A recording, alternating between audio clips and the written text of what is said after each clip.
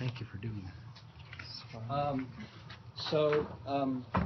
What we're going to talk about today a little bit are where these atomic constants come in that go into the atomic cross-sections, which give you the relative strengths of the lines.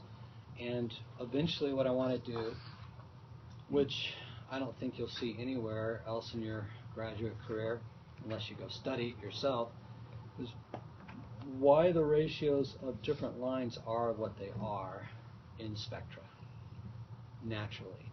For example, why is the Lyman or the H alpha line normally a factor of 3 stronger than the H beta line?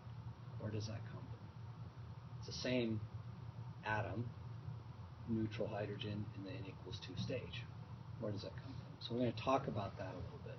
And then I'm going to talk about where the shape of that so we're going to talk about the amplitude of the cross-section. That's kind of what this page is about. We're going to talk about the shape of that cross-section as a function of wavelength, where that comes from. That's sort of what I want to introduce today. And in the meantime, what we did was we covered the Bohr atom, the Schrodinger atom, and the Dirac atom, and then I'm going to sort of call it the Feynman atom, where we added the quantum mechanical radiative corrections, which is the virtual polarization of the space polarization due to the virtual particles. Okay, so that's all in these notes: Dirac transitions, Lamb shift, and then we're going to end this section with multi-electron atoms, which is where the notes here. So what I'm trying to do is I'm trying to connect the handwritten notes with the book notes, and then we'll go back to the handwritten notes, I think, for the rest of the class. But there's just stuff in the atoms that I'm teaching the first time here that I don't have. So what I did was I wrote a homework problem, which is very qualitative in nature, just to force you to review Schrodinger, Dirac, and Feynman. Okay? And what I'd like you to do is take one of these.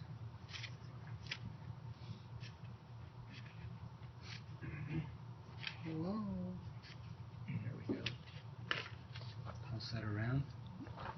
And then I have some energy diagrams I drew for you. I think I printed out enough for you each to take 2. One you can use as scratch, one you can hand in. You can Xerox it more for yourself and play with it, because I'm going to ask you to draw some energy levels and draw some transitions in. Okay? All right. So take 2 of those. Okay.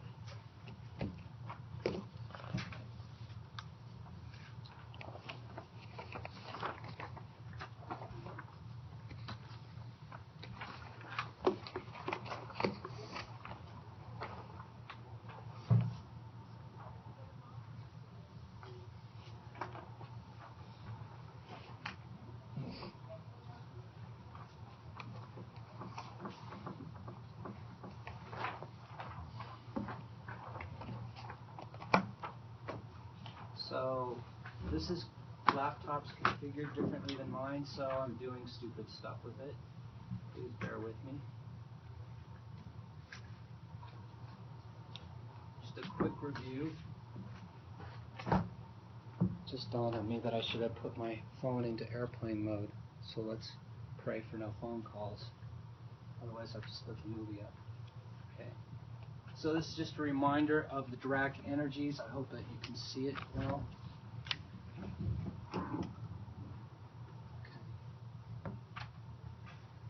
Okay. Showing that for a given J state, they have the same energy. For n=2, J = ½ J = 3 halves, or if you're n = 3, with 3 splittings, J = ½ For S and P, J = 3 halves for P and D, which are same energy, and J = 5 halves for D. Okay. And then we said if you add the radiative corrections to that, which we discussed here, okay, that you get some splittings that are on the order of alpha cubed, and this is how those splittings turned out. here's the 2s1 half, 2p1 half, and you've got the splitting due to the vacuum polarization. The 2p1 half is lower energy than 2s1 half. Therefore, that transition is allowed because delta J is 0, delta L is 1, and there's no delta N criterion. And so you can have that transition. It became known as the Lamb transition. And there was the Lamb shift. That's called the Lamb shift for that particular transition. You can see that the shifts happen because of this polarization. And then finally now we have the right number of transitions, and we have the spectra energies matching the observed spectrum to the highest precision that of any model of the hydrogen atom. Now the reason I'm talking about all that is because when you talk about multi-electron atoms, the electrons are interacting with each other, and all the energies and wavelengths that you see are so related to spin-orbit coupling and radiative corrections. They're so important. All right, there's another thing that happens too. Like you've probably heard that if you have a deuterium, now the reduced mass of the electron is different. Okay, and so the energy levels are different for deuterium than they are for hydrogen. All right. So this is, mind you, this is the reduced mass of the electron, which is on the order of the electron mass itself, because it's just the electron mass divided by the small correction factor, which this number here is much, much less than 1. So when this changes, then the mass that goes into the Hamiltonian is a little different. Therefore, the energy levels are a little different. Okay, and you get shifts. Now, it's very simple to work out what those shifts are like. For example, here is a very strong line due to hydrogen Lyman alpha, which is the neutral ground state n equals 1 to n equals 2 absorption line. If it's for deuterium, where you've changed the reduced mass of the system, you can see that that line is shifted over here. The reason I have a weaker line here is because for every hydrogen, well, for every 200,000 or so hydrogen atoms, there's a deuterium atom. So in a regular gas, where you would get a hydrogen line this strong, you would get a deuterium line that strong, because 1 out of every 200,000 atoms is hydrogens is a deuterium. That's why I show the relative strengths. Okay. Roughly 1 part into the 5. The relative shift is easy to do because the energy is proportional to the mass, and the energy is proportional to the inverse of 1 over lambda. Because what is the energy of a photon? hc over lambda. Okay, and then E sub n is proportional to the mass, okay, through the Rydberg constant. And so you have this energy of the transition and the mass being related this way. So you can actually just say, well, what's the fractional shift for deuterium versus hydrogen? It's just basically 1 over the reduced mass of the deuterium minus 1 over the reduced mass of the hydrogen, because these are proportional to 1 over lambda. And so is the central wavelength for hydrogen. Anyway, you get basically the ratio of the hydrogen mass to the deuterium mass minus 1, or the fractional shift, and then that turns out to be, some minus 0.02%, which turns out to be about minus 0.33 angstroms for the Lyman alpha transition. So it's real. Now that happens all the time because in nature, we might be interested in some lines from iron. Well, iron comes in different isotopes, and so that tends to make you have different lines at different wavelengths from iron because of different isotopes. Okay, so the isotope effect is important. I just want to introduce it to you. Okay. I don't believe I have written this in the handwritten notes. I don't have isotope shifts in the handwritten notes. But this is the, you know, if you have two, this could be iron 56 and iron 57, you know, whatever the reduced mass is for those. Now, we've also talked about transitions that are continuum states. So this is a review of how we go about this. We have already talked about bound-bound transitions, what I'll call BB transitions, bound-bound transitions, in a lot of detail. Either absorption from N prime to N, or emission downward. Okay, but you also have bound-free absorption, which you also know as ionization, right?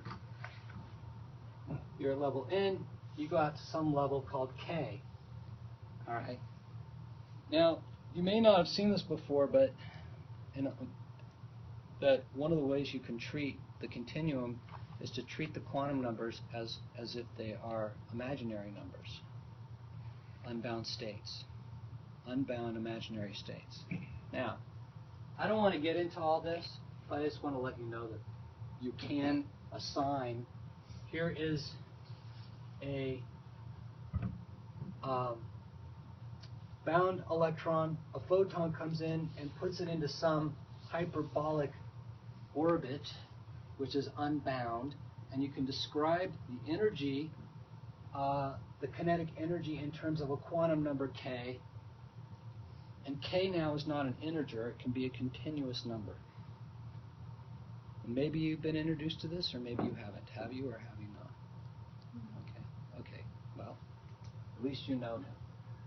The other thing that you can have is free absorption. What I'm going to tell you is that I'm not going to spend a lot of time on free absorption. I just want to introduce it to you. And why am I not going to spend time? Because in a stellar atmosphere, free absorption is not a major player. Okay, it is not a major player. The continuum shape is not modified by it. It's just not enough. I mean, yes, you have free absorption. It does have some effects, but I'm telling you it's down in the sort of sub-percentile effect in affecting the shape of the spectrum. Okay. Anyway, you think of the electron as having some initial kinetic energy, which you have the quantum number ik. A photon comes in, is absorbed by that, and puts it into a higher energy parabolic orbit, ik prime. All right. Now, this absorption of a photon cannot happen by an electron that's free on its own. It only happens in the neighborhood of an atomic nucleus because you have to conserve angular momentum. Okay? You cannot. The photon carries angular momentum of h bar. All right. So you have to basically change that effectively so that you absorb relative to some coordinate system, an h bar, and you need the atom nearby to do it. Okay. All right. So bottom line is, and I don't want you to memorize any of this, I just want to show it to you. What does that mean? It means I'm not going to test you on it. Okay? This is for your enrichment, which is okay, right? Enrichment is good. That's why we're here. Really, number one is for enrichment, not for the test. If you want to study for the test, all you have to do is go back to elementary school. They got that all worked out. Okay, that was supposed to be funny. Right. Guess not. You're probably thinking, no, it wasn't funny, it's tragic. Okay. Anyway, you can go through this formalism of relating the kinetic energy through the Rydberg constant and of the free electron, which kinetic energy mv squared. You can relate that through the Rydberg constant and inverse quantum number k, which again could be continuous. It doesn't have to be an integer now. And notice that if it's 0, that's infinite kinetic energy, and if it's infinity, that's 0 kinetic energy. So backwards to what you're used to. And you define some variables, and you can come up through solving the wave equation for the free electron and the bound electron, you can come up with a wave equation, radial wave equation, for the bound free state. This is a gamma function given by this, etc. There's this function called MKL, which depends upon the L is the angular momentum of the initial state of the electron that's bound, and K is the quantum number of the free electron. So it depends upon the angular momentum state. Notice it is not dependent upon N. And then you get basically these expressions, and I'm going to introduce you to something called hypergeometric functions. Okay. The idea that I'm trying to show you is that you have a similar formalism. That's what I want to show you. You have a similar formalism for the wavy functions of bound-free transitions as you do for bound-bound transitions. You have the same formalism. Why is that important?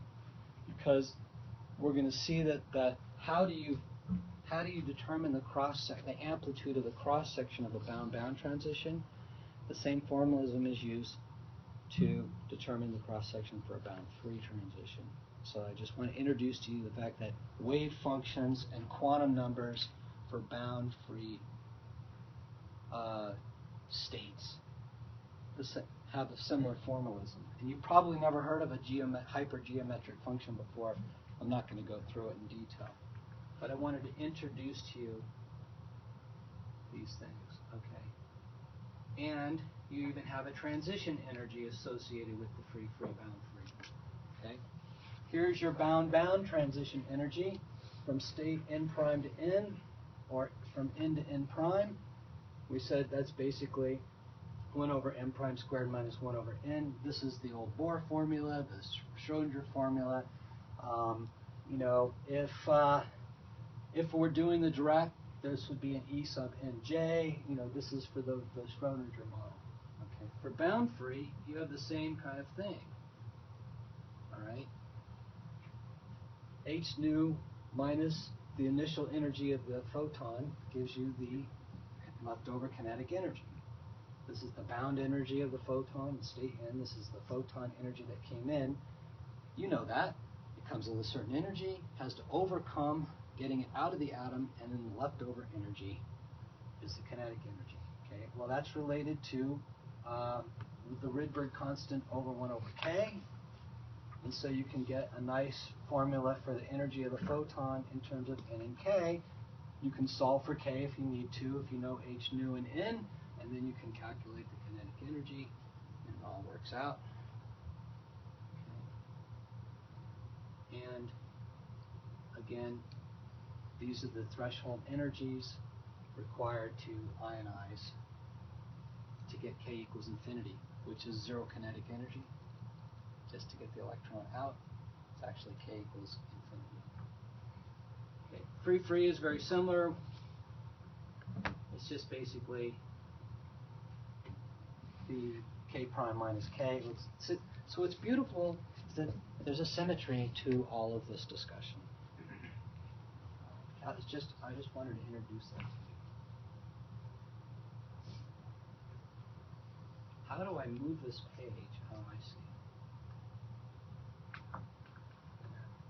That's how it. You want to know more? I got all the references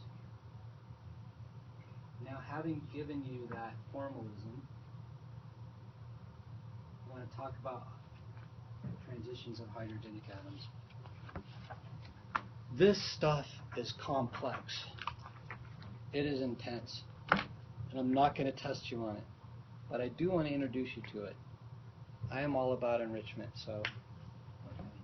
Now, as it says here, one of the great successes of Schrodinger and Dirac is the built-in formalism to theoretically describe transition rates and relative strengths of emission and absorption lines.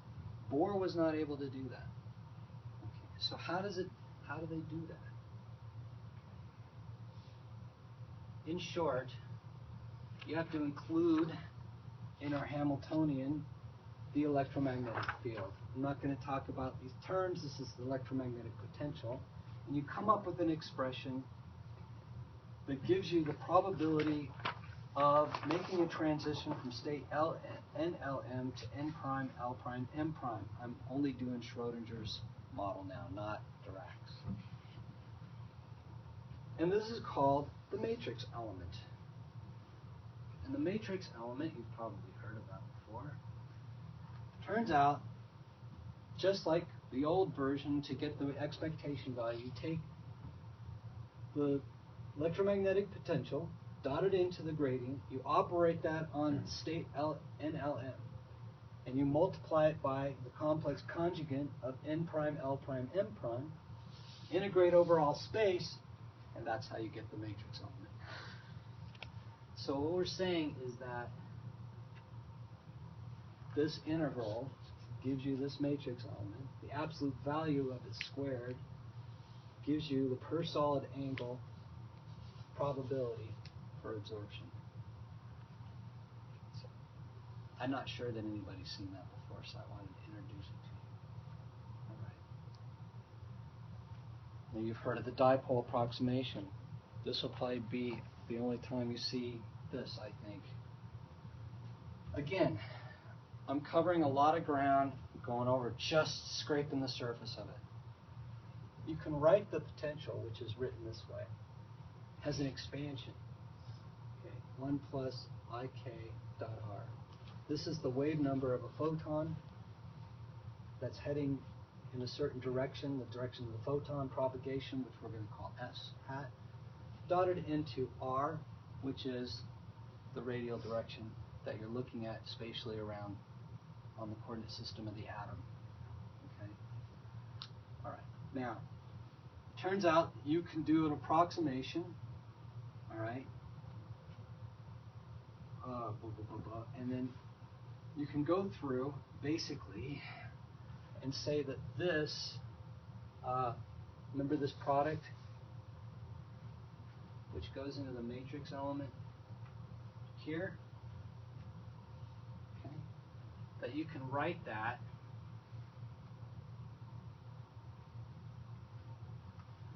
as the energy difference times the polarization of the electric field dotted into R. So it's just basically, this turns out to be a dipole moment based upon this first term here. Okay, so the matrix elements turns out to be the polarization of the photon dotted into a dipole moment. That's it. Okay, and so that's where it comes from. Basically an expansion of the electromagnetic field. Then this dipole moment is really just the r times this wave function multiplied by NLM prime and then integrated. And so basically you have the radial integral over the radial part of the wave function and the solid angle radial angle over the spherical coordinates, and this r cubed comes because the integral is really r squared dr, but the r here is put here, okay, and so you get, and this is just the unit vector of the direction of this because it's, remember, it's an actual moment, so this is the vector direction. So I've defined these two things, r and l and y, by these two integrals, and they're in, so this is basically a series of integrals. And basically, what is this thing? This thing is, you have a wave function in the NLM state, which has a charge distribution around it. Okay, it's a fuzzy, wavy thing which has electric field charge to it. Then you have state N prime, L prime, M prime, and it's a different wave function, which means the distribution of the electric charge is different for that state than it is for this. And I'm sorry I can't draw this. What you're doing is you're finding the dipole moment between the charge distribution of the lower state and the charge distribution of the outer state. The dipole moment between the two states. Does that make sense to everybody? Okay. The strength of that dipole moment gives you the relative strength of that transition.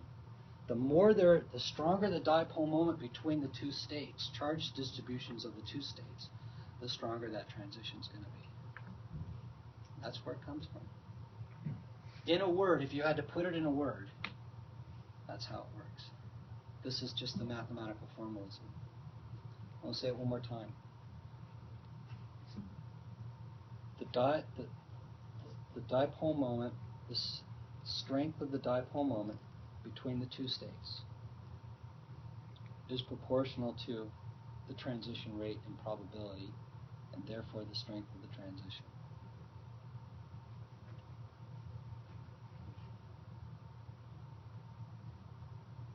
Now we're going to introduce to you something that you have to learn about. They're called Einstein coefficients. Einstein formulated these. Okay, you're going to see them in Renee's class. You're going to probably see them in several other classes.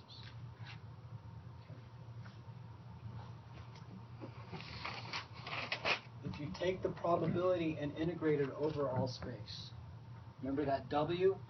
And that W was proportional to the matrix element. The matrix element now is basically the dipole moment. And you integrate that over all space, you get the dipole moment out, you get some constants out, and some angular averaging integral. Okay? And you end up with this definition of what's called the Einstein A coefficient. Again, I'm showing you this why, because 99% of the time you're going to be said, this is called the Einstein A coefficient. It's called A, and it means this. And you don't know where it came from. I want you to know, at least if you don't understand all of the physics that went into that in mathematics, that it came from these integrals over all space of the moments of the wave functions, the charge distributions of those wave functions.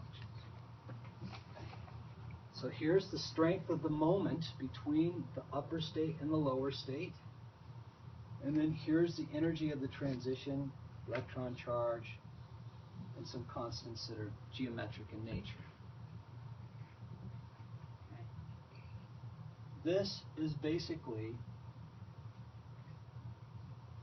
the probability for a transition in units per unit time. Okay. So for a given atom, what's the time of a spontaneous decay? In this case, this is a downward transition from upper state NLM to lower state N prime L prime M prime. Okay, and it's the rate of spontaneous decay. So if you've got an electron in state N prime L prime M prime, it has some electric moment to it. Overall, electric distribution, electric charge distribution. You have state down here, state L, NLM, it has some electron charge distribution from the wave function. The dipole moment between those, okay, integrated over all space, you get a single vector which gives you the electric moment between those two. You square that, you multiply it by constants, it gives you the spontaneous rate for that electron in the higher state to drop to the lower state. That's about as plain as I can explain it in English. That's what the Einstein A coefficient is. So now you know where it came from. Obviously, we haven't done the math. We're not going to do the math. It's intense stuff. May I ask any questions?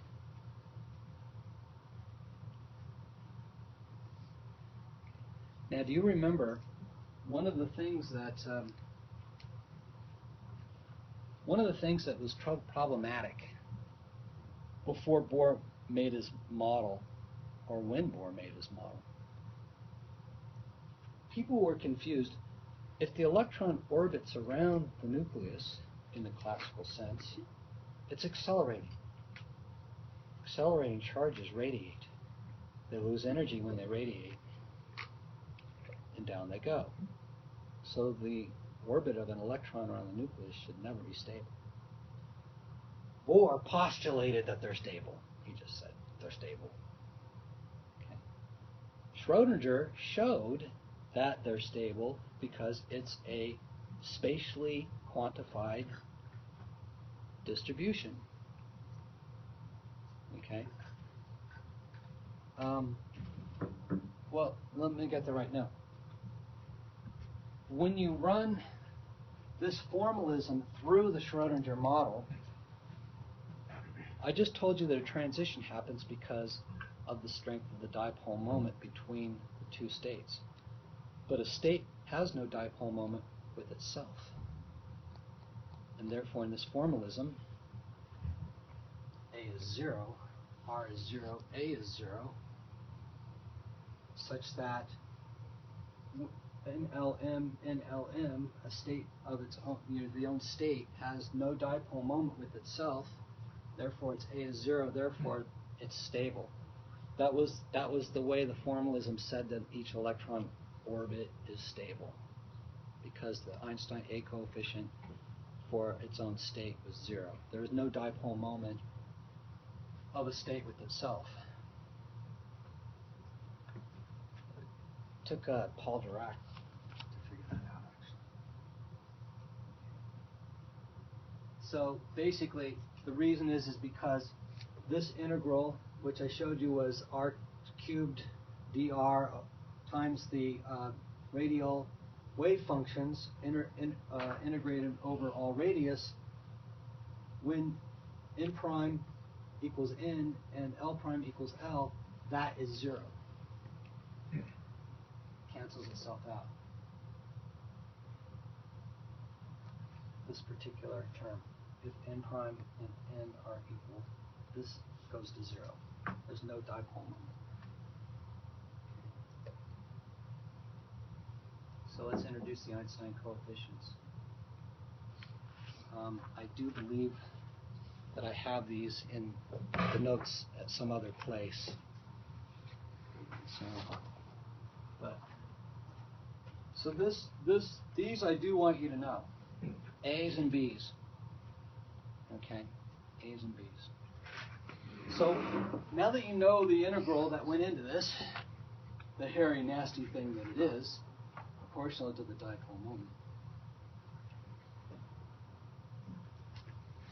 This is the rate of spontaneous decay from state NLM to N prime, L prime, N prime. Okay?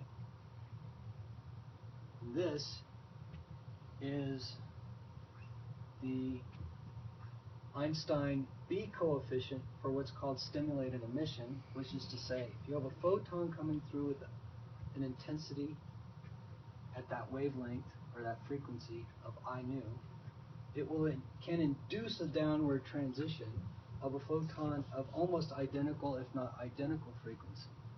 And the rate of that probability is given by the B. And then you have absorption, which is my favorite, and the one that you see in stellar spectra, absorption lines. Einstein B for absorption.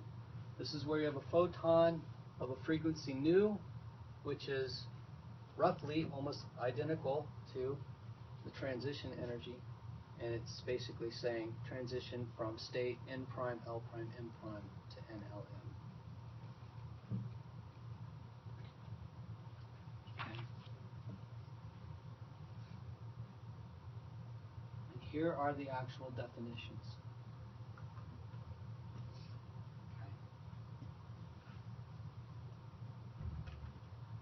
A, that big nasty integral that I showed you, is the spontaneous emission rate. It's all seconds per minus 1. Why am I giving you this? Because someday you might go look up on the National Institutes of Standards. You might want to know something about an atomic transition, and you're going to see that they tabulate these A's. Okay, and these A's will give you the transition rates. Now, the B is the stimulated emission rate. The B itself is actually a cross-section per power of the beam. So this is actually sort of, in a sense, a cross-section per the power in the beam. And if you multiply it by the energy in the beam and integrate it over, and multiply it by 4 pi steradians, you get now what's called the stimulated emission rate. This is units of second minus 1, this quantity. Whereas the B is a cross-section. And then the same thing here, if you take the cross-section per unit of energy, power, multiplied by basically the power in the beam, and multiplied by 4 pi steradians, you get the absorption rate. Okay? These things are very, very powerful because you can derive all kinds of things in it. And actually, Renee will probably derive the Planck black body curve for you in terms of A's and B's. And you've probably seen it in books before. Okay. Now, I want to introduce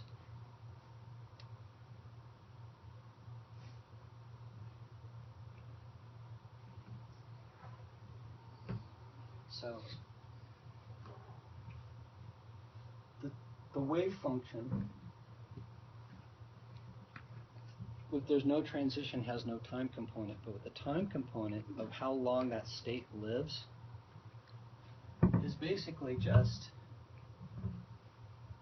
proportional to the Einstein coefficient divided by 2 times t. So in other words, this is the 1 over e folding time. So 2 over a is the e folding time.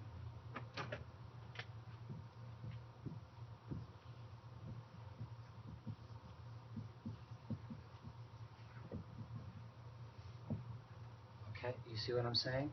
So basically, a gives you the probability, but when you put it through the formalism of the wave function, it's the e folding time for that transition to happen spontaneously. And the same thing, if you have an intensity times the b parameter, okay, it's 2 over this, which is 2 pi instead of 4 pi. And so this gives you the e folding time for stimulated emission, and this gives you the e folding time for absorption. Okay? It's that simple.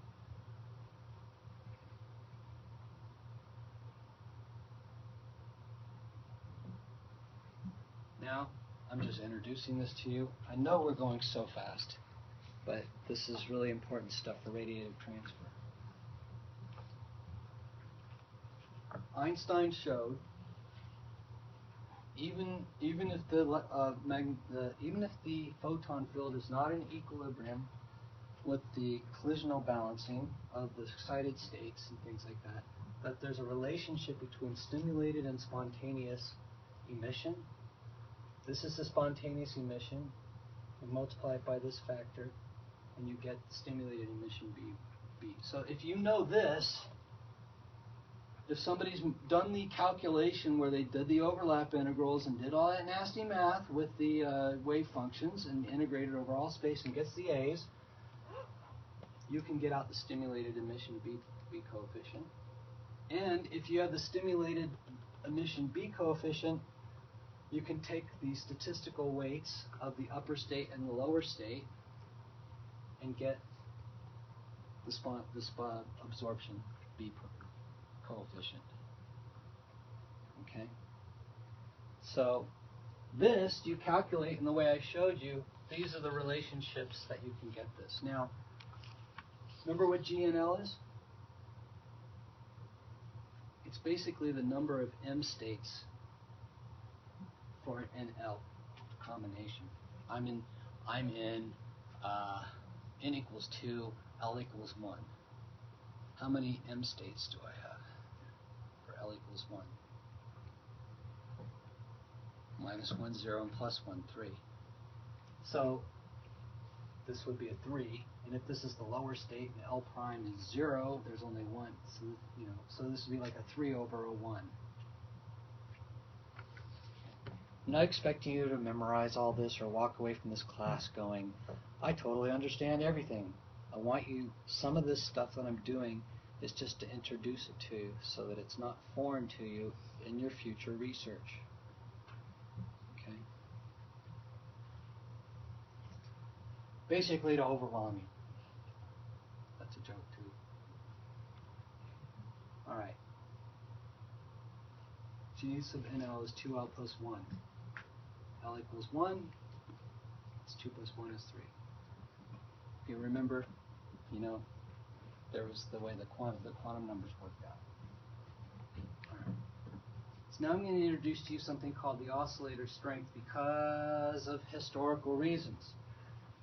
People like to write this, they like to measure this and publish this in tables. F. It's basically related to that dipole moment times some constancy. Historically, I'm not going to go into why that is, okay, why people do this. It's too long of a story. It's a fascinating story, but you know how physics is. It has its history and its culture. Okay, so you have that dipole moment. This is what you will see people talk about for the rates or the strengths of absorption lines and emission lines. They will talk about oscillator strengths. I just want to remind you that that comes directly from those integrals. And with this definition of the oscillator strength, it's related to the A's through these constants. Okay. This oscillator strength is really an important quantity. Okay. Now, this is the part we're going to skip. I actually go through and derive the origin of the dipole selection rules. Do you remember the dipole selection rules? Delta L can equal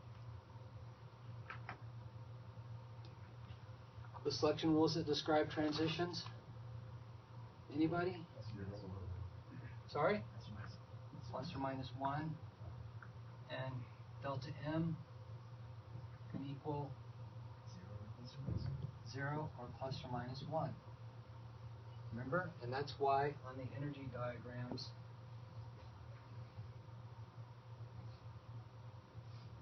you can only get transitions like this. Right? Delta L equals plus or minus 1. Okay. And within these transitions, M can change by 0 or 1. Anyway, I'm not going to go through that derivation. It's all here. You do some integrals in these different directions. You come up with equations for the moments in the z direction. You come up with equations for moments in the x and y directions. Blah, blah, blah, blah. And you eventually get that the only terms that are not 0 are when L prime is L plus 1, M prime is M plus 1, or M minus 1, or et cetera, et cetera. And then there's the other equations for when there's 0. And so you come up with L as plus or minus 1, or delta M is 0 plus or minus 1. That's where the selection rules come from. Overlap integrals and the moments, dipole moments of the wave functions. Okay.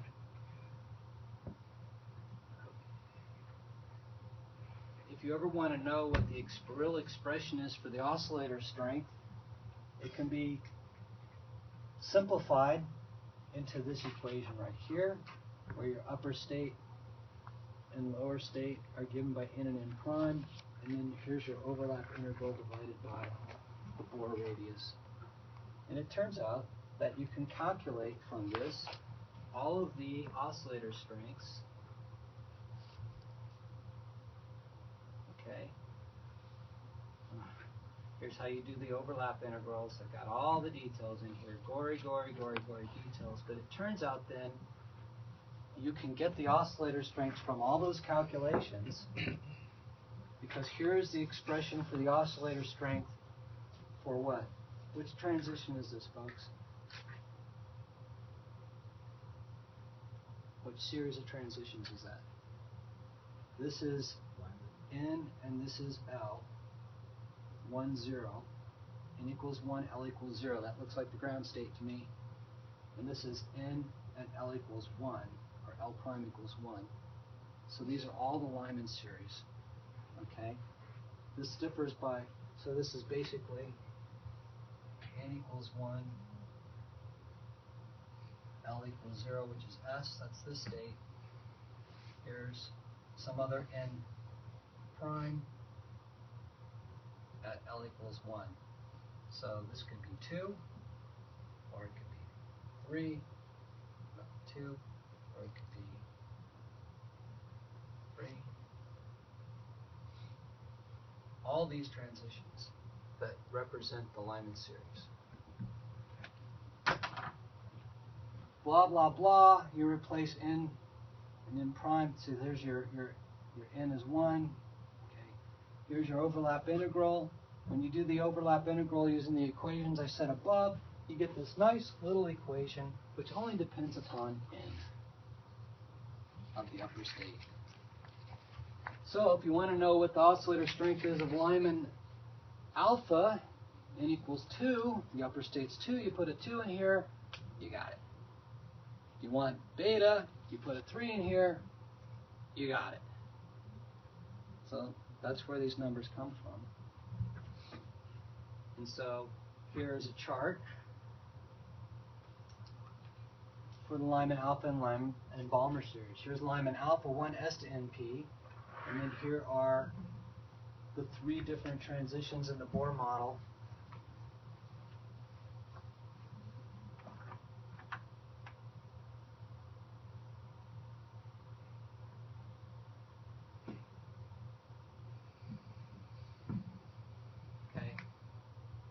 Right?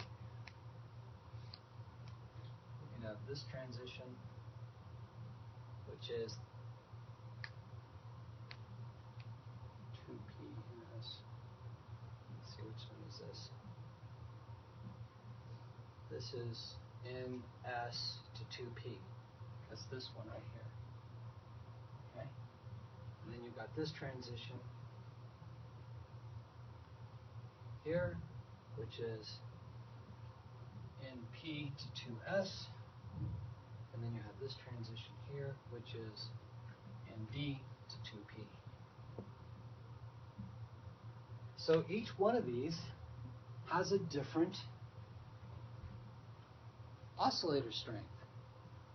So what I'm telling you is, when you look at a Lyman, when you look at an H alpha, that's Balmer series, this is H alpha. When you look at H alpha, we said in the Schrodinger model it could have 3 different paths for that to happen. But in the Schrodinger model, the energies were all the same, right? Because these are all degenerate energies. Everybody with me on that? However, the relative strengths are not. Okay? NP to 1s. This one is the strongest, I believe. No, this one's the strongest. Indeed. This is the strongest. Okay, so you can get the relative strength of them.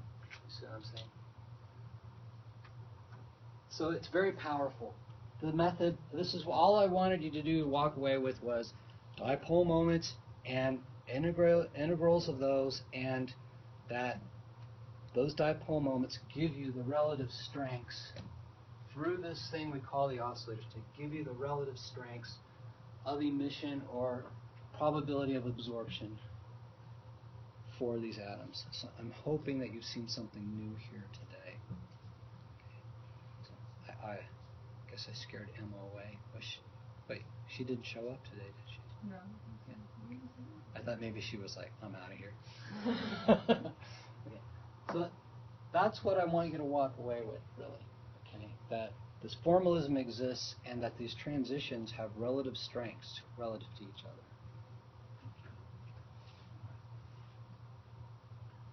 So here's an example for Lyman alpha. You know, you calculate it through, you get 2. It's really interesting. These things always end up as powers of 2 divided by powers of 3. If you simplify that integral, or that formula, these formulas, right, you end up, interestingly, getting 2 to some power divided by 3 to some power. It's beautiful. It's beautiful. Okay. And there, ladies and gentlemen, is the oscillator strength for the absorption of Lyman alpha, 0.41618.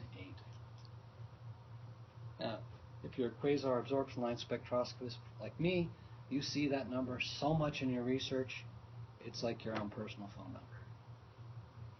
Okay? So these numbers are real if you're doing real research. So that, ladies and gentlemen, is that one page where I said the relative strengths. That is how it would be written in a book, as opposed to handwritten notes. Right. Now, I'm not going to go through it. Everything I just gave you was for the Schrodinger model. 2.3 is how we do this for the Dirac model, and it comes out to be very similar, but the selection rules become more involved. Okay, delta L plus or minus 1, delta J 0 or plus or minus 1, delta M sub J 0 plus minus 1, and delta S is 0 when you go through all this formalism for Dirac. Okay.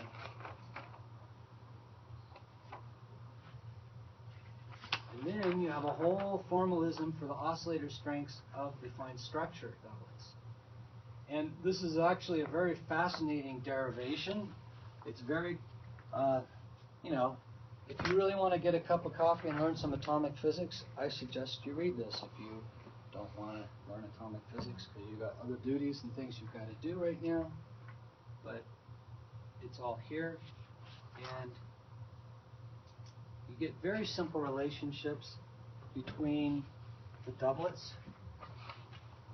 Well, I just showed it here. Transition alpha and beta. Remember in the Dirac model,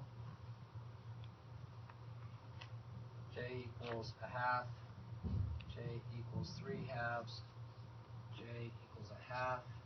So you can get these transitions. Okay, for S and P. So the alpha transition will be this one, the beta transition will be from the lower state with delta J equals 0. And when you do that, you get a very simple, interesting relationship.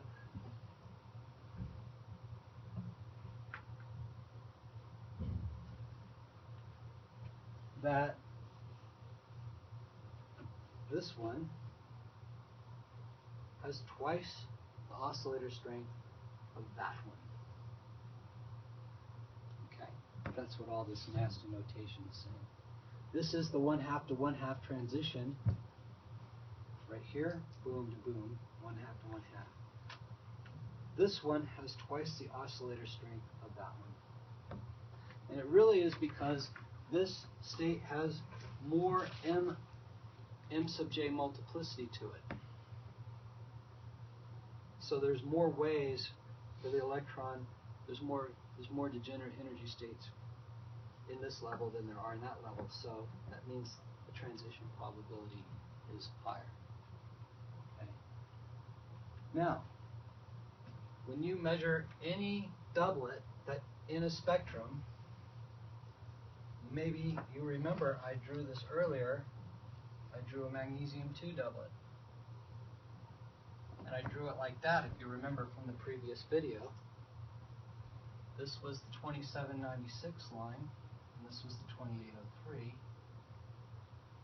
Okay, this would be the 2803, and this would be the 2796. This has twice the oscillator strength of that one. So when you look at it in a spectrum, the equivalent width, at least on the linear particle growth, will be twice that, 2803. How many people knew that? I'm not getting any hands.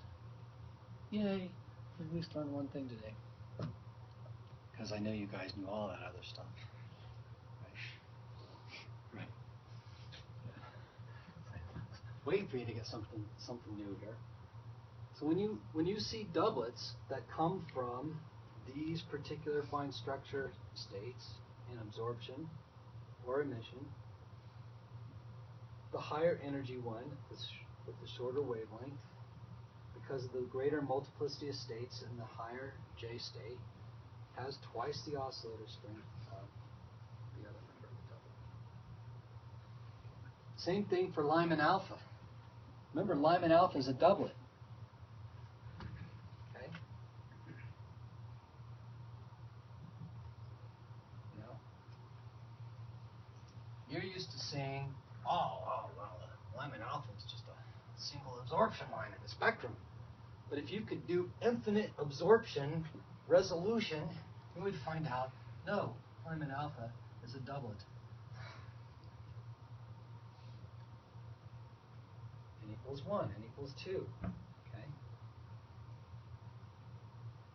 This would be whatever, 1215.6701 something, and this would be 1215.670 maybe 2 something.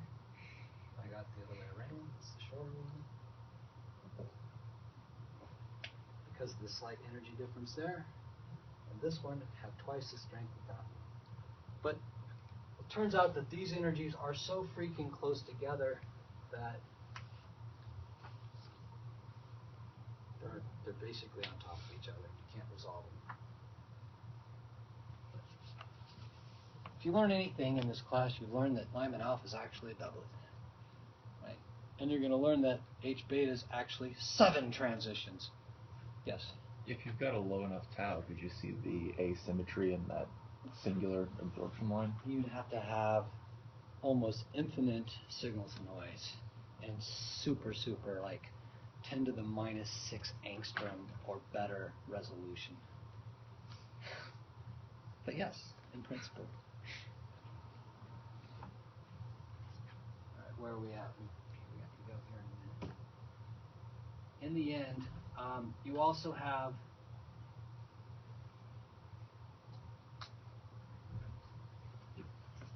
in addition to SP,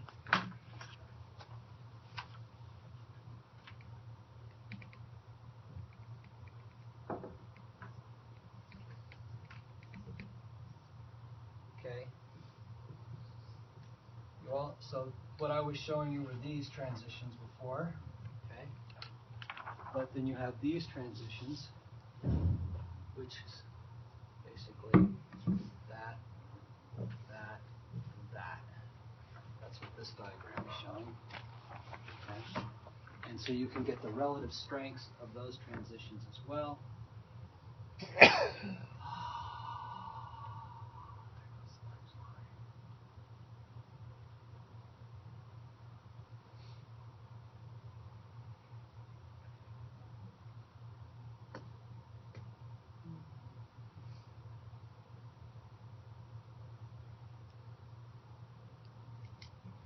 We're on page 50. Thank you very much. Okay, where am I at? 33. Keep rolling.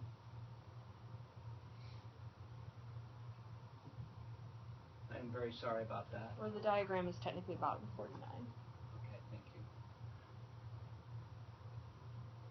I wanted to show you the table. There we go. So when you get done with it, you do all this calculation stuff, you come up with relative relationships for those oscillator strengths. But here's the punchline that I want to end with, which is the actual, true, honest-to-God spectrum of hydrogen.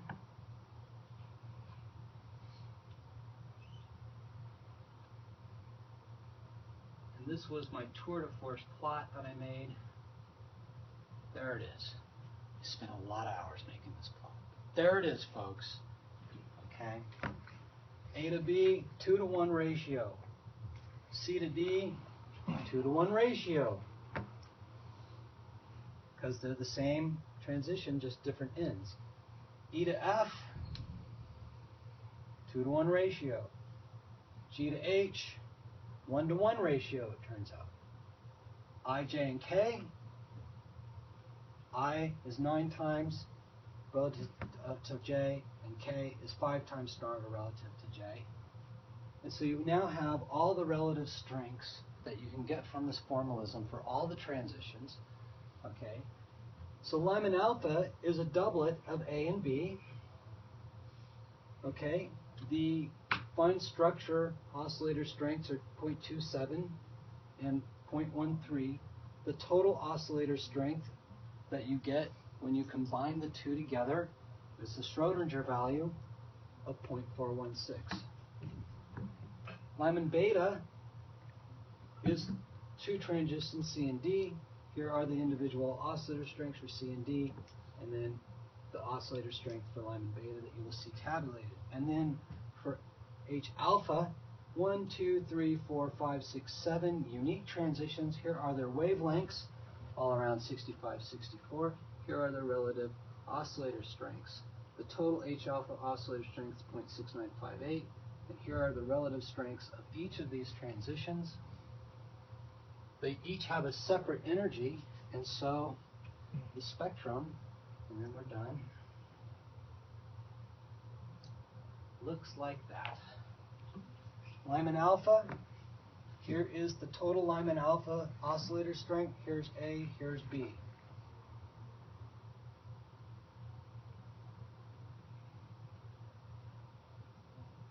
I think I labeled those backwards.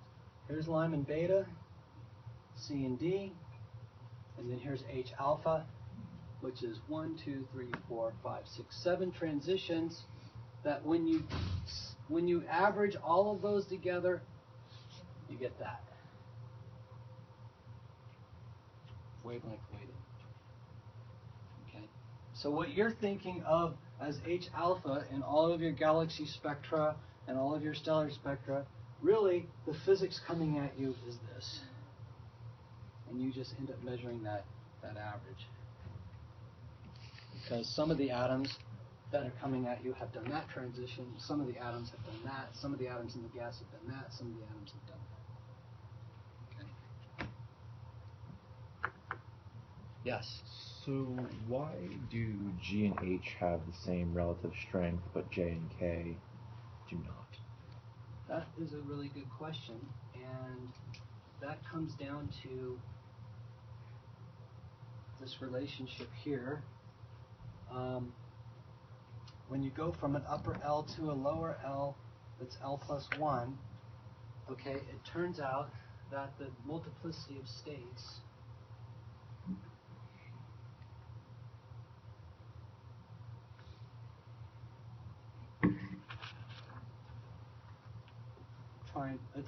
it was this transition that you were looking at, this one here.